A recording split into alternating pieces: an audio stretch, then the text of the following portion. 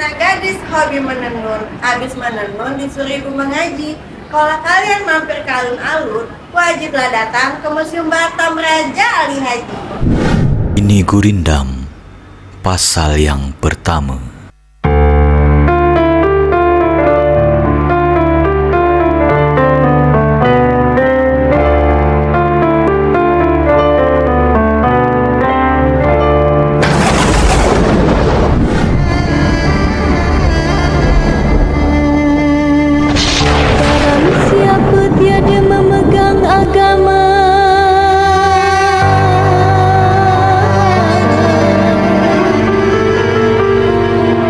Sekali-kali tiada boleh dibilangkan nama. Barang siapa mengenal yang empat,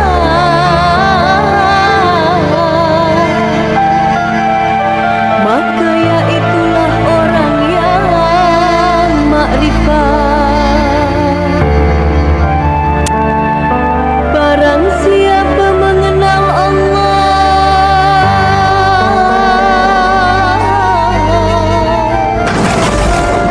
suruh dan tegahnya tiada ia menyala. Barang siapa mengenal diri,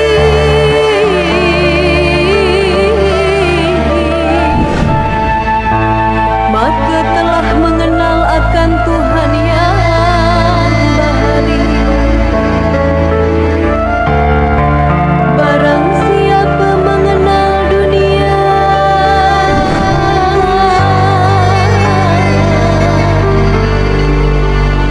taulah ia barang yang terpedaya. Barang siapa mengenal akhirat,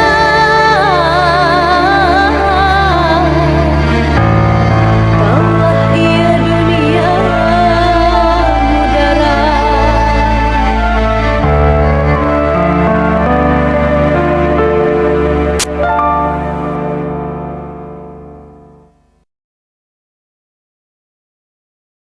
Selamat datang di Museum Batam Raja Ali Haji.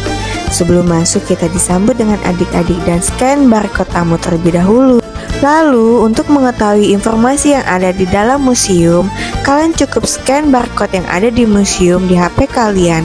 Maka informasi yang kalian butuhkan akan muncul di HP kalian. Saat masuk kita disambut dengan replika kapal perang Malaka Welvaren milik kerajaan Belanda di masa lalu. Lanjut ada kisah Raja Ali Haji yang merupakan pahlawan nasional sekaligus pecatat pertama pedoman tata bahasa Indonesia. Nah yang ini Raja Nong Isa atau Raja Isa bin Raja Ali adalah penguasa atau juga dikatakan sebagai orang pertama yang merintis cikal bakal Pulau Batam. Dimulai dari masa Riau Lingga.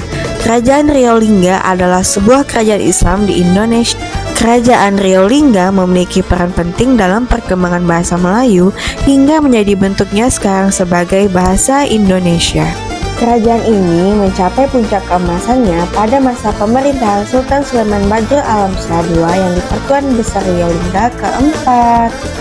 Nah, benda ini adalah cogan, tombak kebesaran kerajaan pada masanya. Kita lanjut ke masa Raja Nong Isa. Dia adalah penguasa yang pertama yang ada di Pulau Batam yang saat itu berpusat di Nongsa. Dan sampai saat ini wali kota dan seluruh pejabat selalu ziarah ke makam Nong Isa di hari jadi kota Batam. Dan di sini terdapat sebagian bekas-bekas peninggalan Belanda di Pulau Boyan, seperti ada meriam, alat jahit, guci, dan lain sebagainya. Dan ini adalah masa Jepang. Perang Dunia Kedua juga berdampak pada wilayah Batam dan sekitarnya. Usai menguasai Singapura, Jepang bergerak cepat untuk menguasai wilayah semenanjung lainnya. Dan lokasi pertama yang diincar dan diduduki adalah Pulau Batam. Tibalah kita di masa kemerdekaan Indonesia, masa di mana puncak perjuangan bangsa Indonesia dalam merebut kemerdekaan dari kekuasaan para penjajah. Selanjutnya kita memasuki ruangan Khazanah Melayu. Di sini banyak tersimpan benda-benda khas Melayu tempo dulu seperti perahu mini, baju membatik, dan juga alat untuk membatik. Selanjutnya kita ke masa Ibnu Sutowo yang pernah menjabat sebagai ketua otorita Batam pada masa periode persiapan. Nah, ini dia masa B.J. Habibie, bapak penggagas jembatan Barelang sekaligus mantan presiden Indonesia. Tampak di sini bekas ponsel, berkas hingga laptop yang digunakan Habibie saat menjabat di kota Batam. Selanjutnya kita ke koleksi masa kota Tib Batam. Dengan adanya peraturan pemerintah nomor 34 tahun 1983, maka terbentuklah kota administratif Batam yang wilayah mencakup menjadi 3 kecamatan di Batam. Terakhir, sampailah kita ke Khazanah Melayu. Di sini banyak tersimpan benda-benda seperti pakaian, alat musik, tanjak hingga senjata khas kerajaan tempo dulu.